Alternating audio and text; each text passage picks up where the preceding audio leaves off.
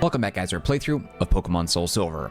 We are back home now in New Bark Town, and there's a few things I want to do here before we move on and head towards Victory Road, and then ultimately the Elite Four. We still have a lot of game left, but I wanted to stop by here because I was feeling a little homesick, and also because I need to see Professor Elm about getting the experience share. Also, before we move on, let's touch base on the team. So you'll notice two new additions, Jolteon and Kingdra. So let's talk about that.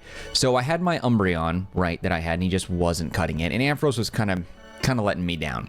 So, and not really out of a performance level, I just wanted something a little bit with a little more pizzazz, and I love Jolteon, one of my absolute favorites. It's like Umbreon and Jolteon are tied, but I was like, you know what? A dark type in Umbreon just isn't working. Hopefully we can get a Houndour later, and then I can evolve him into Houndoom, and then we'll have our dark and fire type and have a really strong Pokemon in Houndoom there. That dual type will make up for the fact that I don't really want Typhlosion on the team, and Umbreon wasn't carrying his own weight. So that's the end goal. And I figure in doing that, I can also have my Jolteon, get rid of Ampharos, and then later I can swap out Alakazam, and then I can get the Beldum line, and then I can get Metagross ultimately, which would have a Psychic and Steel type dueling, and then I can get rid of Scizor, maybe, because he's got False Swipe. I don't want to get rid of that, so it depends. So I'm kind of trying to formulate exactly what I want my final team to be, but that's like what's going to go against Red, because some of those Pokemon won't be available by the time I get to the Elite Four. It just won't, because I need the national decks before I can get a handful of Pokemon, and the Safari Zone will start to open up. It's a whole thing. So I have some logic there. With Jolteon, what I did was I took the Umbreon, threw him in the daycare center, went and caught a Ditto, threw that in the daycare center, ran around a bunch, finally got an egg, and then I managed to hatch it and get myself a level 1 Eevee. I immediately threw a Thunderstone on it, leveled it all the way up to level 40, so he can be like on par with the team. This took a very long time, by the way. This was exhausting. I'm tired just thinking about it. And then I also built up Horsey up to Seadra, and I think, if I remember correctly, I'm just trying to go off my memory, Horsey learns Hydro Pump at level 35, I think, in Gen 4.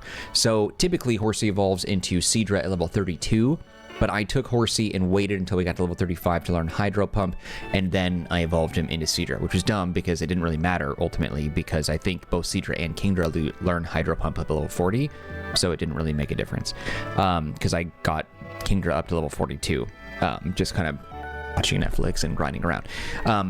But what I did with the Seadra situation, because I feel like it's important to touch base on this again, because I modified the game to allow me to evolve trade Pokemon just by leveling up, after I got my Seadra, I gave him a Dragon Scale, and then I just leveled it up just the once, and then he became Seadra instantly, rather than having to do with any trades.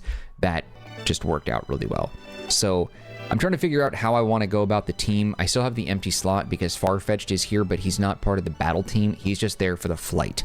So I'm going to have him in the team until we get to the next Pokemon Center, which will be a while, because there's nothing here in town. I mean, I guess I could go over to the next town over and I could swap him out, but I'm not going to bother. In any case, though, I feel like for sure, Furret, Jolteon, and Kingdra are going to be with us until the game is over. So, there's no question about that. Those three are going to stay. Alakazam has done some great work, but I want Metagross eventually. And once I get him, that'll take care of my Psychic and Steel needs. And then Scizor, I don't really know what I'm going to do with him. False Swipe is super important for when I want to catch some Pokemon, the few that remain in the game that I want to catch. And then I think ultimately Houndoom will fill the final slot. So I don't know. We'll see. Because I have to figure out if I'm going to get rid of Scizor and replace him with anything else. I don't know. I was thinking maybe... Shut up, Chris. Stop calling me. I was thinking if I got rid of Scizor, then I can grab Pupitar, and I can get the experience share over to him, which is why I'm here. Well, I have to be here anyway, because we have to cross this water to go where we need to go next. But that's what I want to do while I'm here, is get the experience share. Oh, it's right. There was a comment that was incorrect, said that I can go see Professor Elm and then get the experience share, but it's actually Mr. Pokemon. Okay, well, in that case, I guess we will just deal here. So I will just run through. Actually, yeah, okay, it works out. I see. Someone said it was Elm, and I was like, oh, okay, cool. We'll do that before we leave and go to the Pokemon League, to Victory Road. And then someone else corrected the comment that I got, and I was like, actually, it's Mr. Pokemon. It's not Elm. And I just remembered that. So we have no choice. We'll just go here and grab what we need to grab and then move on. Yeah, trying to figure out what's next for us in terms of the team that I want to have.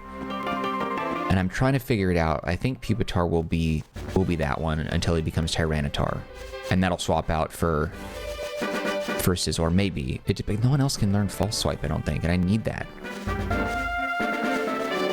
The game relies too much on HMs as well, and those ones are the ones that I have on the team are ones that I absolutely need. And I was trying to figure out like the best possible like move set for Kingdra, and like there were varying reports that were saying like, oh, you need to have this move or that move, and I'm like, I'm not playing competitively, but I want him to be useful. And his move sets vary depending on who you ask and what the playstyle is, but right now he knows, you can't see it, but right now he's got Bubble Beam, Waterfall, Hydro Pump, and Dragon Pulse. Now Dragon Pulse is something they typically, the Horsey family typically learns in the 50s, but Dragon Pulse is a TM that I had, right, from Claire, so I was able to teach it early, because I need that, because right now I don't have any good dragon moves. I think the only dragon move that we had up until now was Twister, which is kind of useless, so I don't know. Someone also said Outrage was like super good. I wanted to have Dragon Rage itself, but apparently that's a fixed damage amount, so I'm kind of not really interested in that. Hydro Pump is a must. It's one of its most powerful attacks. Waterfall is a really great attack, I guess, for Kingdra for some reason. Bubble Beam is, you know, it's whatever, but it's a high power point move, and I don't know, I've always liked Bubble Beam. I've been a fan of Bubble Beam ever since Gen 1 when we got it from Misty. That's where we got it, right? Initially, the first time, the TM. So, anyways. Alright, here's Mr. Pokemon. Let's see what you got to say. That red scale. What's that? A red Gyarados? That's rare. I want it. Mark, could you care to trade it? I can offer this experience share I got from Buster Oak. Yes. We got the red scale, if you recall, from the red Gyarados that we picked up from the Lake of Rage. Cool. Thanks, dude. Alright. Now, I don't think we'll need Farfetch'd for anything else right now, but I'm kind of wondering if it's not a bad... Damn, I'm trying to think. Do I want to have him? I don't know. Like, I'm on... this is so frustrating. I need a fire type. I'll deal with it. I don't think I'm going to need Fly, but if I do, I'm screwed, but I'm going to avoid it for now. So we're in Cherry Grove, which is the town we just passed through to get to Mr. Pokemon, right? I'm going to go to the box. I'm going to deposit Farfetch'd. I would grab Pupitar now. Actually, you know what? Because of my ADHD, I know that if I don't grab him and give him the experience share now, I will forget.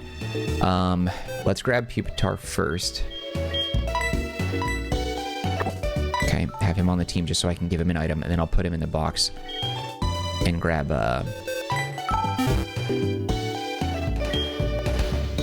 Typhlosion. That's what I was thinking. My brain was just blanking. Actually, let's go back. Yeah, because I didn't spend any time with him. It's just taking too long. But I will. I don't have... It took so long to get these guys up to the... Is it a key item? No, it's a held item, right? Yeah. So, should be... There we go. Give. It took so long to get these guys leveled up that I just didn't... There was no, as soon as I was like, I should get Pupitar up to level 55, I remember for Tyranitar, I was like, dude, no, I don't have the time for that. I barely have the time for this. Screw that, man. Okay, so he has the item now. Because I know if I grabbed him before, I would forget to give it to him. Okay, so we'll go back. I will go ahead and deposit Pupe for a little bit.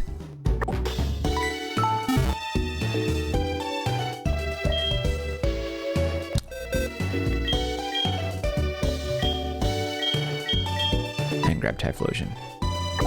Okay. And then I think... Let's see, we're good there. Okay, so that's the team for now. Typhlosion hasn't gotten any more love for a little bit, though. So, at the time, I think we left him at level 36. Is he still there? 36? Oh, no, I did level him up. Did I? I guess so. He's level 40. I don't remember, dude. It's all a blur. Yeah, he's level 40 as well. Okay, cool. That's actually really useful, because I was like, I don't want to have to grind with him more. It'll take way too freaking long.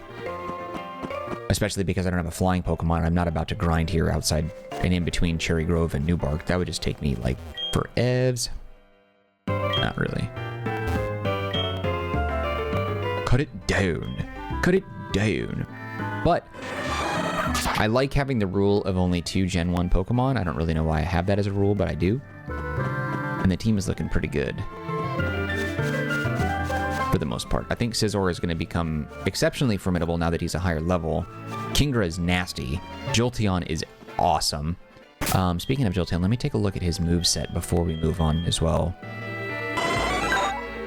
Thunder Shock, double kick, quick attack. I'm going to move that there. Okay, so Thunder Shock is our first move. Thunder, quick attack, and double kick.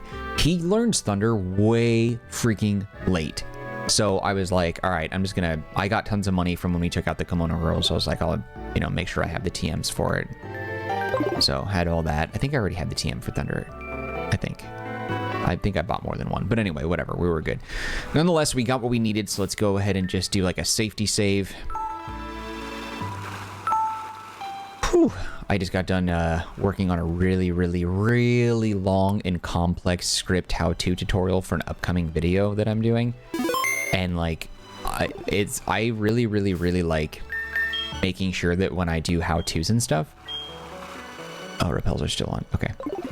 Since I do them, like I try to be as incredibly thorough as I possibly can. Like, exceptionally thorough. Anytime I do a how-to video, even if it's like Pokemon and gaming, like, you'd be surprised. I couldn't use the repel, and it took me 3 steps. You little bitch. Like, I try to be as thorough and detailed as possible, but people still have questions. And so, like, I have to think... Like, anytime I'm instructing something, or instructing someone, or teaching someone something, I have to remember not to think like I do. I have to think like they do. Isn't there a guy who talks to us here? There we go. I'll finish that thought in a second. Hey! Do you know what you just did? You've taken your first step into Kanto. Check your Pokegear map and see. Yep, so we're in Kanto. So, like, what that means is that I have to make sure that when I'm doing this, like a description, a tutorial, I can't talk about it or plan it all out in the way that, like, is that a Slowpoke up there on that rock? Like, I can't approach it like how someone would need to talk to me. I have to approach it how someone who doesn't understand at all needs to be spoken to. So, like, I take the approach of, this person knows absolutely nothing. They know very little. Explain to them like they're 5 type of thing. And so it took a really long time doing that. It was actually really hard. But I did it. And I feel good about it because I think, God, I'm really hoping that I knock it out of the park. So anyway, I'm just exhausted from that. And it pertains to Pokemon as well. Well, gaming in general, but Pokemon. Also, there's something here. So I was doing a little research on this, and I'm very excited about that right there. I never knew that was there. That little cave there. Do you see that? Right here. This right here. There's a radio in here. There's a radio, but no longer works. This is super duper cool. And part of me was like, okay, I'm going to do whatever this room is all about. I'm going to deal with it because there's a reason this room is here. But I don't want to necessarily, like, spoil it, but, like, it's kind of important to, like, touch base on it now, I guess. So, I never knew this was a thing, but apparently,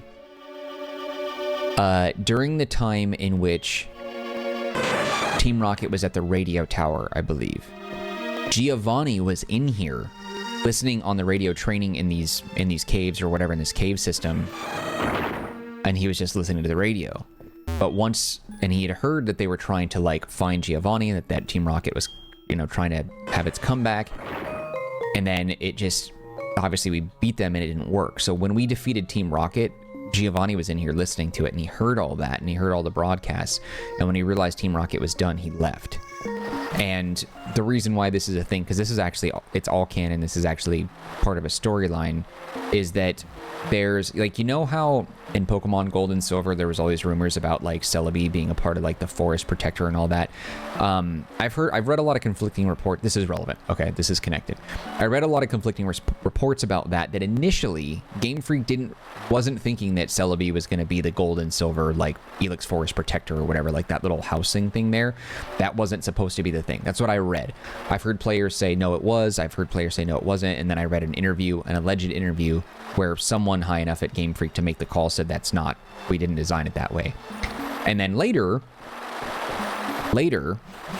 when Crystal came out, Game Freak was like, okay, like, everybody keeps talking about Celebi and, like, this, you know, time travel thing and all this stuff, like, you know, we're gonna make Celebi a time traveling, well, they already knew Celebi was time traveling, we're gonna make it the protector of Elix Forest. And then Crystal had, at some point, maybe it was during the, I think it may have been when Crystal came to Virtual Console, they did this. Or maybe it was a Japan-only thing first. I don't know, whatever. But eventually, Crystal had an update or had a feature that there was an event where you interacted with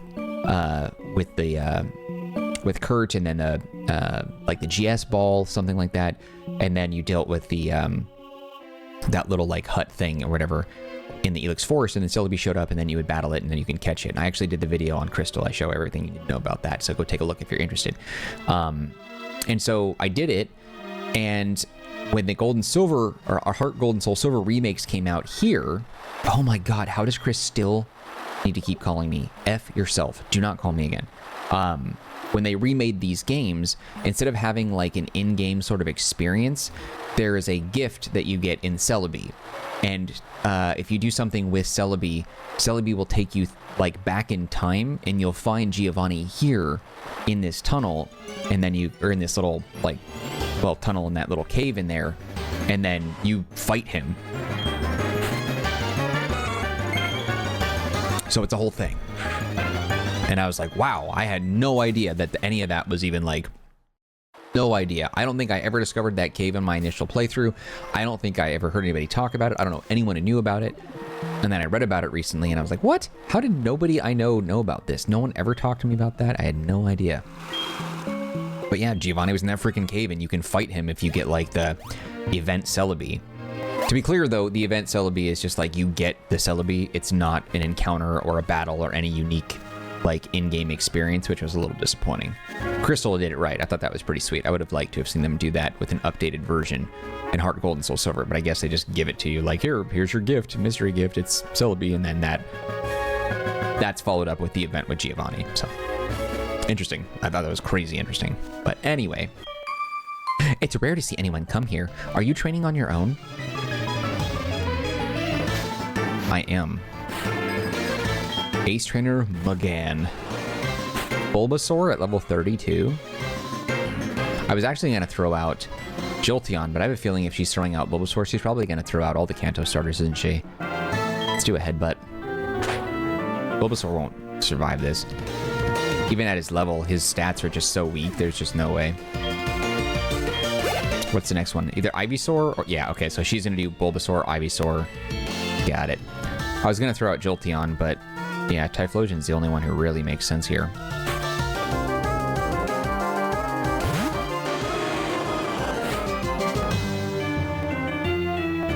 Bulbasaur has a great sprite. Ivysaur looks good too, though.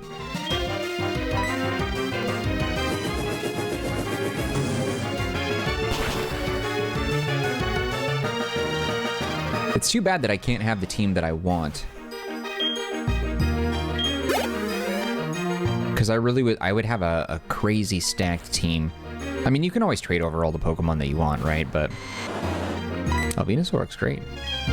Blast Burn at 32.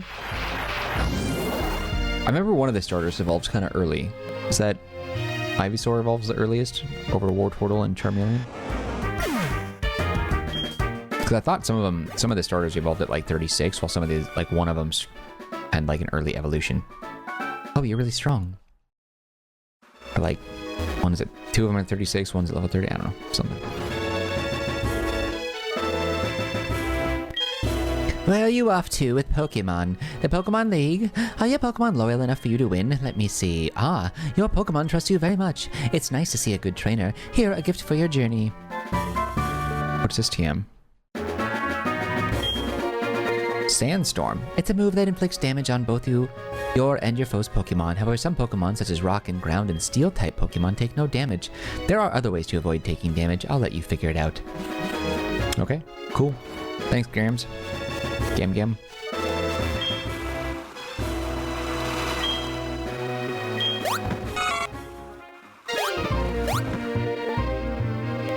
Just avoid all the wild encounters. Can I battle him right here? No, you can't. You have to be on the ground.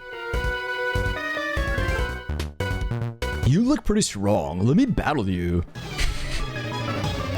One thing I always do to challenge myself is just to see how many stupid ass voices I can do throughout my playthroughs.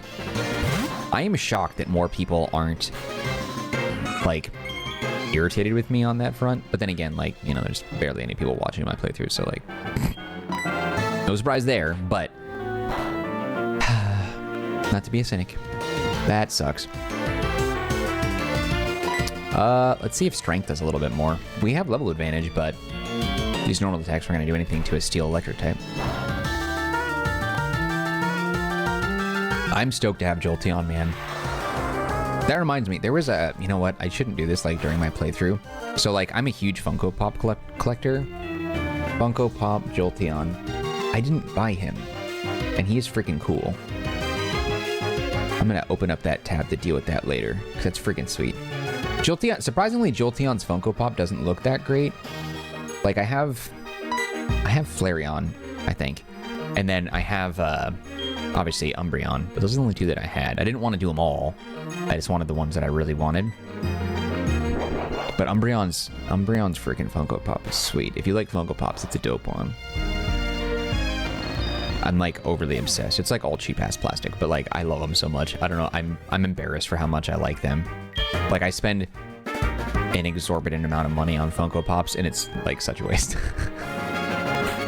I know the environment and all that plastic, but dude, like, they're in my room. They're in my office space. Like, I'm not, like, taking these pieces of plastic and throwing them into the ocean to kill turtles. Like, it's not hurting anyone.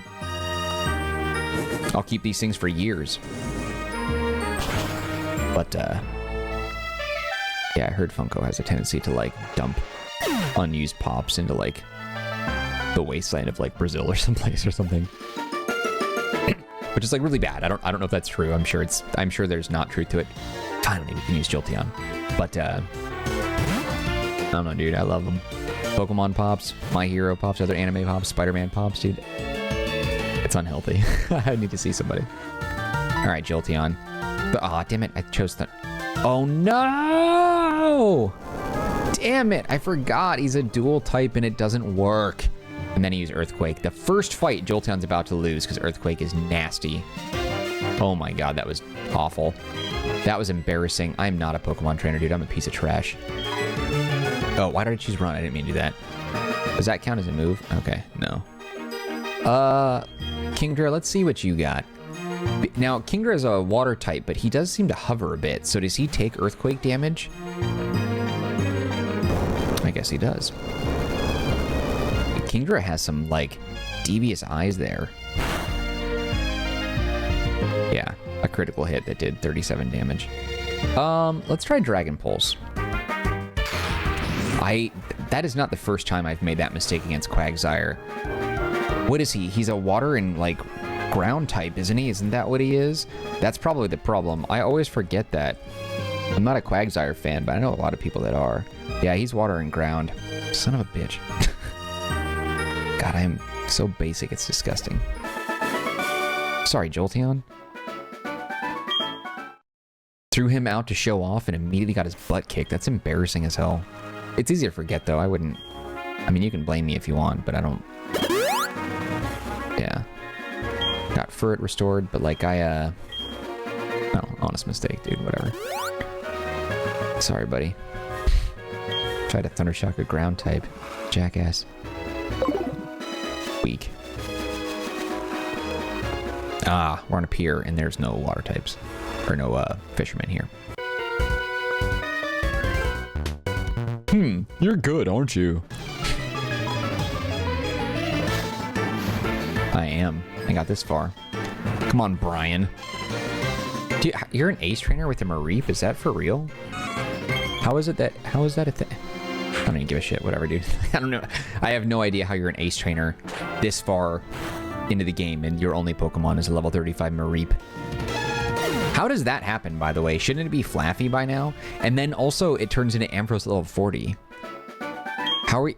This guy is... I'm just going to chalk it up that this guy is an amazing trainer and he decided to challenge himself even further by using just a Mareep. And either Mareep is his favorite Pokemon, so he just wanted to go solo and make Mareep the strongest it could be, or he just happened to catch this Mareep and he wanted to see if whether or not he had what it took to beat whoever challenged him with just a Mareep. You know what I mean? I don't know. It just kind of seems like that was weak. Oh, you know what? Let's take a look and see what Pokemon are in the area, because I feel like there's some decent stuff here. So the available Pokemon that you follow along the water and the grass route. So the water is Tentacool and Tentacruel, typical. Magikarp, typical. Chinchou, Chinchu, Chinchou, and Sheldor. And then you can get some Pokemon through Headbutt, Execute, Hoot Hoot, Pineco, Spinarak, and Ladybug, with Spinarak being a HeartGold exclusive and Ladybug being a SoulSilver exclusive.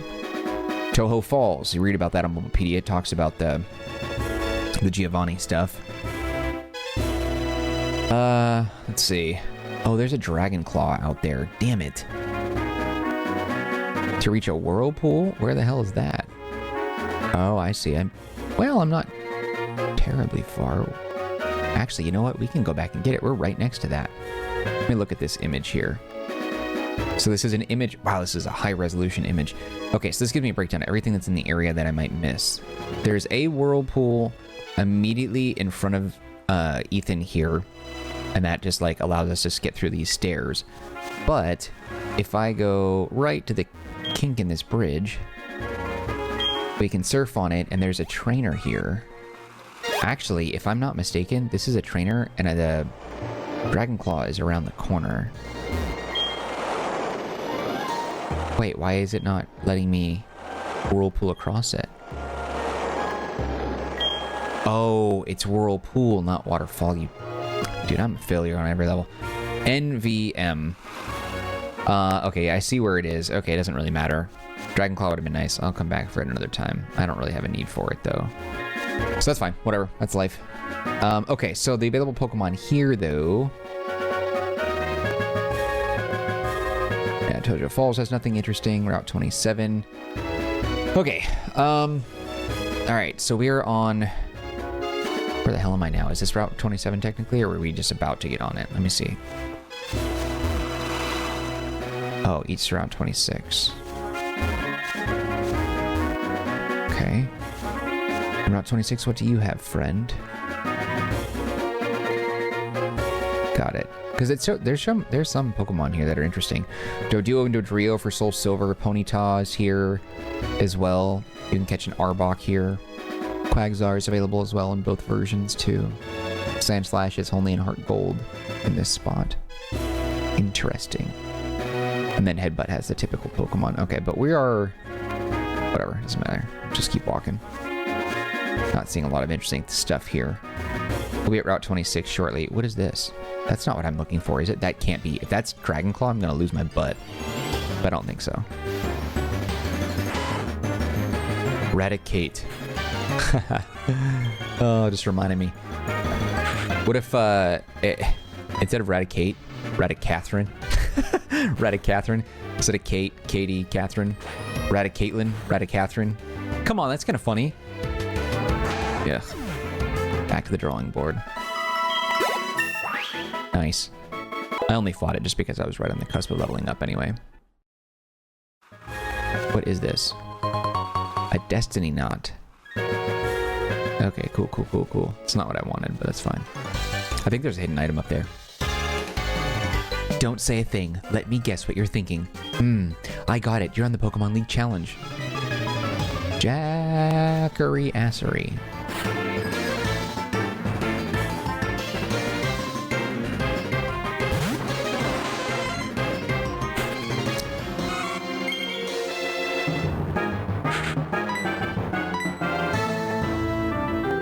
Typical stuff. Okay. Alright, that's fine. Wow, I can't believe Starmie went down. That's what she said. Wait, what? She wouldn't have said that. Whatever. I'm running low on jokes. Psychic Eli. Girafarig. I need to redeem, dude. Girafarig shouldn't be able to withstand Jolteon's awesome power. I think if we hit him with a Thunder, Girafarig should go down. Come on, baby. Come on, baby. Show me what's up.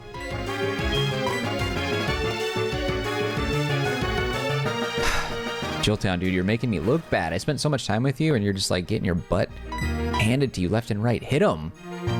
Hit him hard. Thank you. Jesus Christ.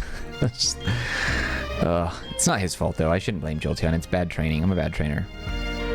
All right, back to Execute. Give Typhlosion some action. Problem is that fire is just such a must-have on your team. Between the grass and the bug and the steel types, they're everywhere, man. You just have to have it. I feel like honestly, fire Pokemon are like the most important, I think. Doesn't make them the best, but I feel like they are the most essential. I mean, I'm not sure exactly how perfectly balanced everything is, but I just couldn't imagine being without a fire Pokemon. I've tried it for just a little bit, and it's a disaster. I just can't handle it. It's not gonna work. Need to have it, man. Gotta have the fire. How did you turn? Okay. She saw me. You came back, sorry, you came from New Bark Town? You must be exhausted. I mean, I'm all right.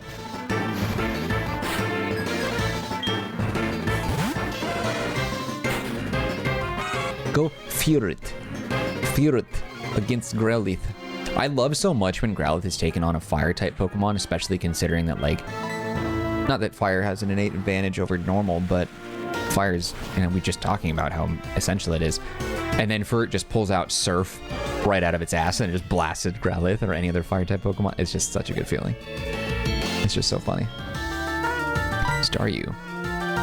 You know what? It's actually really crazy how many, like, normal-type Pokemon can use elemental attacks.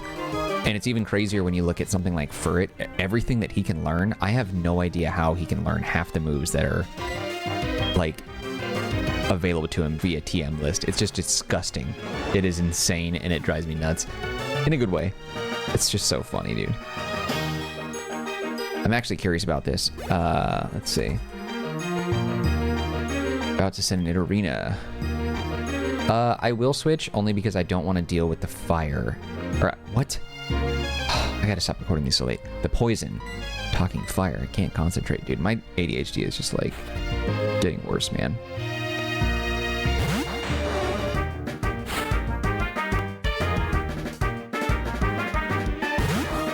I mean, Furret can learn things like Water Pulse, Toxic, Ice Beam, Blizzard. Like, is that a Solar Beam, Thunderbolt, and Thunder, Shadow Ball, Shockwave? This is my absolute favorite, okay? If I can, I find it absolutely wild. Furret can learn freaking Flamethrower, dude. What in the hell? Charge Beam, Shadow Claw, which we did use before. Grass Knot, Surf, which is obvious. Whirlpool, I'm not going to teach him that. But, like, Flamethrower, dude? Flamethrower? How in the hell? I just don't get it. I don't understand. Furret is, like, the most versatile Pokemon I've ever seen since Mew. Like, Mew is special in that it can learn any single move. Not too shabby. You're doing something right if you can beat me. Even by an unlikely fluke. I like you. Give me your number. You can be my practice partner. I'm down for that. Hell yeah. Ace Trainer Baberino, what's her name? Yeah. Don't get too high and mighty about beating me. It was a fluke. Yeah, Mew being able to learn every move. It's like looking at Furret. I'm like, dude, is that... I mean, it seems kind of like... Furret can learn almost any move, too. I'm feeling great today. I feel like I could even beat the league champion. I do feel like Mew is one of those, like, novelty Pokemon. Like, stat-wise, I've never really done my research on the character or on the Pokemon itself. But I find it fascinating that he can learn every single move. I've typically, if I've gotten Mew, I've tried not to lean into having it, like, in battle. It's just there for, like, TMs, just for fun. But I also think... Am I going to get poisoned from that headbutt? I feel like I am. He's going to have, like, a poison quill or poison thing ability. It's going to hurt me. Oh, thank God. We'll switch. Furret is had already earned us the double the prize money. Johto can take on the waters. But, like, I think Mew having Fly is so... I don't know. I think conceptually that's just fantastic. I think that's really cool. Just like, I don't know. I imagine that if any trainer ever were to get a Mew, like, to conquer it in battle and catch it, which I feel like I don't... Has there ever been a recorded trainer that's ever done that? Like in the manga or the anime? I don't think so. Not that I know of. Maybe in the manga, but I haven't read it all yet. But regardless, my point is that just, like, imagine that some guy pulls out a Mew out of a freaking Pokeball or something. Like, any trainer would go nuts over seeing like that. And if Mew is flying you around, I just imagine Mew, like, uses some sort of psychic energy ball and, like, encases you in it, and then just, like, telepathically or, like, telekinetically just, like, carries that ball throughout the sky and just, like, flies around with you. I've put a little too much thought into this. They made a Mew Funko Pop too, by the way. I've got it sitting on my shelf back there. I need new shelves though. I have a lousy organization situation going on and it's been driving me crazy. My obsessive compulsive disorder is like just making me anxious. A mild one, I can still function, but my brain sucks, dude. That's what I'm telling you. My brain friggin' sucks. Wow, look at all those badges. I'm impressed. But you're not satisfied by just collecting them, right? You'd be surprised. One Pokemon? Who do you have? Vernon sent out Espeon. Oh. If I don't one-hit KO Espeon, it's possible that he can use a move to take me out. Well, I don't know. At level 36, does it know all of its most powerful moves? Probably not, huh?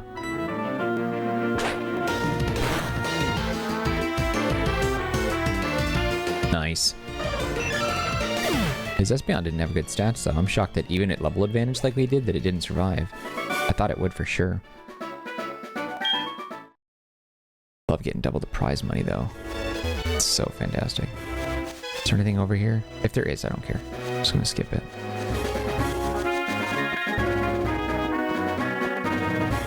There's a house here. Let me look at Bulbapedia and see what Pokemon are available here. Wow, I've been blabbering so much. Like, look at the freaking time. We're actually right on the cusp of where we need to go, so that's fine. Let me open this in a new tab, and let me look at the breakdown here. Okay, so Route 26, one of the longest routes in Kanto. Oh my god, come on. Stretching from the far southwest to the Pokemon League reception gate, where it intersects with Route 22, 28, and Victory Road. Sandslash, Ponyta, Arbok, this is one that I was reading off before, so this is where everything's at.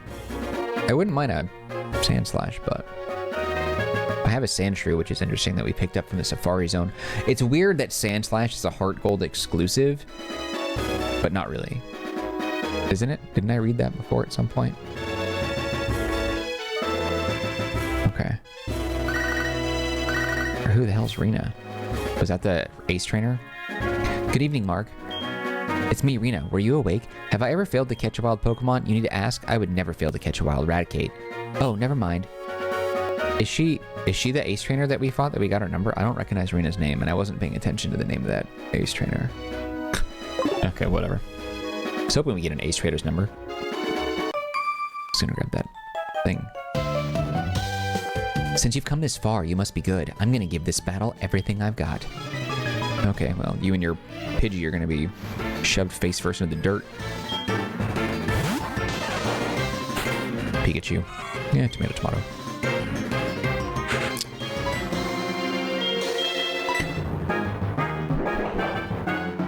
Sorry if I talk too much. I just feel like I just went on like so many different tangents. Had a bunch of caffeine before I started recording this video, and I've been working like non-stop on a video that's going to come out and it's going to look super duper simple, but it was really hard to pull off. And so I'm just kind of like anxious about that. I found that when I'm making videos, like typically I just do playthroughs, right? It's super easy. There's not a lot of work that goes into that really. But if I'm doing a how-to, those are really hard. It takes a lot of work to make a how-to super duper simple. Like the easier that you're trying to make a how-to, the more complex and complicated it is on like the process of making it. I think anyway. Especially when you're doing like instructions and you're trying to cover the most, like when you're doing how-tos, I always think, how do I make this as easy as possible, like I'm talking to a 5-year-old without insulting the audience? Like I want you to be able to like watch this a how-to video from me and never have any questions. Like every question you have would be answered in the video. You know what I mean? I want to answer your questions before you ask them. And it sometimes feels hard to do that because like I don't want to insult your intelligence. I understand that you probably have like a really good capacity for comprehending steps that I'm laying out, but like I want to explain a lot of stuff. And like one of the how-tos that I've got, like I could very easily just do like screenshot, click this, click this, click this, you're good. But like there's so much potential to screw up and make mistakes. Like I like to educate people and not just provide like a simple step-by-step screenshot. Click here, press this, click here, press this. Like I actually want to like, I want you to be empowered with the information I'm giving you. By experiencing tough battles, you gain power.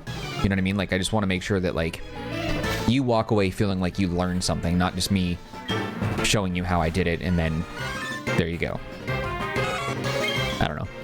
Maybe I'm alone in that. That's just how I've always felt about that. Like, I'm very wordy in my steps, but like, I don't know. I feel like it's important. I feel like you need to be knowledgeable.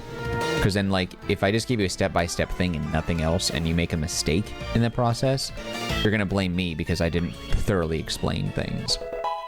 I don't know. There's pros and cons to either or. Step-by-step, click this, press that, and boom, you're done. Versus, okay, here's what you need to understand about this step. Here's what you need to know about this. Here's what you need to know about, you know, that type of thing. Oh. That just be how I is. Damn it.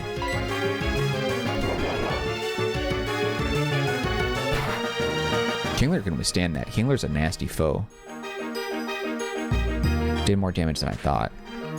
Stomp? Those tiny little crab legs? Are you freaking kidding me, dude? Give me some butter and I'll just crack you to pieces right now. Makes me wonder, like, they never really talk about it in Pokemon that much. I mean, sometimes, well, sometimes they do. Like, I've always wondered if there are non-Pokemon animal species, like, in these games or, like, in the Pokemon universe, because they never show it. Like, you never see someone who has, like, a Growlithe at their house and then the neighbor has, like, a Golden Retriever, right? It's always a Pokemon as a pet. It's, like, it's never, like, just a common house cat or a common house dog of some sort, right? But there are some Pokedex entries that make reference to other animals. Like, I think there's been 2 Pokemon entries that talk about an Indian elephant, which is weird. But, like, you know, that's obviously not a Pokemon. That's an actual, like, normal animal species. So I'd have to imagine that there's probably, like, a lot of fish in the sea that aren't Pokemon. Wow, you're tough. I haven't battled that seriously in a long time. Could I get your phone number? I'd like to battle again after I heal my Pokemon. No. Only women, dude.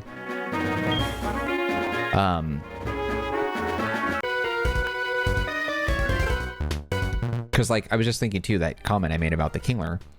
I'm making my final preparations for the Pokemon League. Like, would humans eat that, or is it, like, frowned upon? You know? Would people eat Magikarp, or is it, like, there's normal fish like salmon and whatever, you know? Just curious.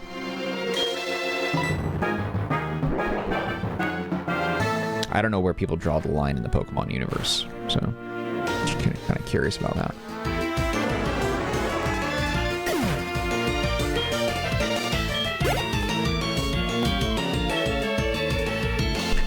I will switch.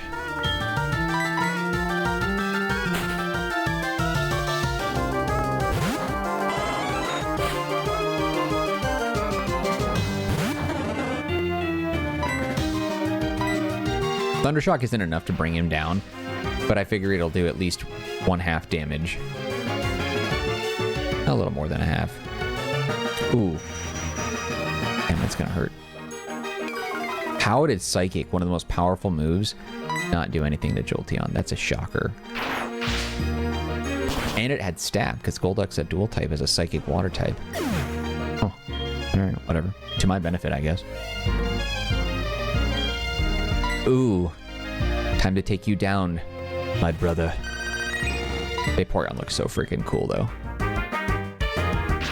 I'm very against having all the Eevee evolutions, like, in your party or your entire party being Eevee evolutions, since there's more than 6. But, like, damn, there's some cool ones. Vaporeon and Jolteon are fantastic. I wish Flareon was better. He used to be my favorite, but he kind of sucks, sadly. There's like clever and crafty ways to make Flareon useful in battle, but there's just so many better fire type Pokemon just like right off the bat. You don't have to put that much work into. I lost to a redheaded trainer. He was really strong, but it was as if he absolutely had to win at any cost. I felt sorry for his Pokemon.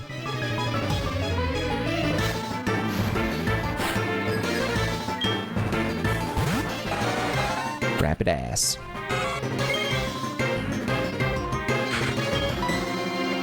Alright, let's headbutt this thing. Rapidash is a rad Pokemon. Like a fiery unicorn? Like, come on. That's like the thing of legend right there. Like, to me, Rapidash is one of those rare Pokemon that stands out as being, like, just super common, or common enough, but, like, if you told me that was legendary, I'd believe it. He looks freaking awesome. And the Rapidash and Ponyta family, they have some of the coolest shinies. The blue flames are amazing on Ponyta. They're a bit more like kind of gray on Rapidash, which I don't like. It doesn't look bad. I think it looks good, but like I don't like. I can recognize that it looks good, but I just don't like it. I'd prefer it if it was the blue, like if it was that Ponyta blue. Flames would be sweet. I don't know. I'm weird that way. Pokemon aren't tools of war. Okay. You're very good at battling. We should battle again sometime. By challenging a tough trainer like you, I think I can get better too. So how about it? Would you like to give me your phone number? Yeah, girl. Dude, I'm just picking up ladies' numbers left and right. Let's battle again sometime.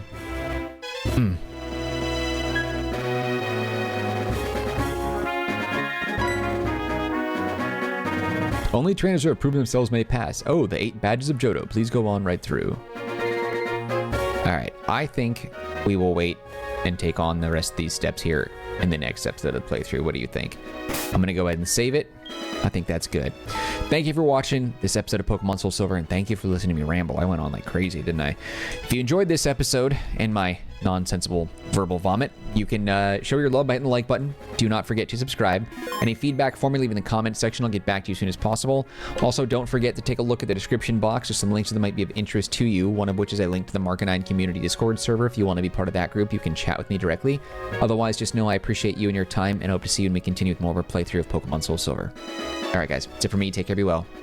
See you next time.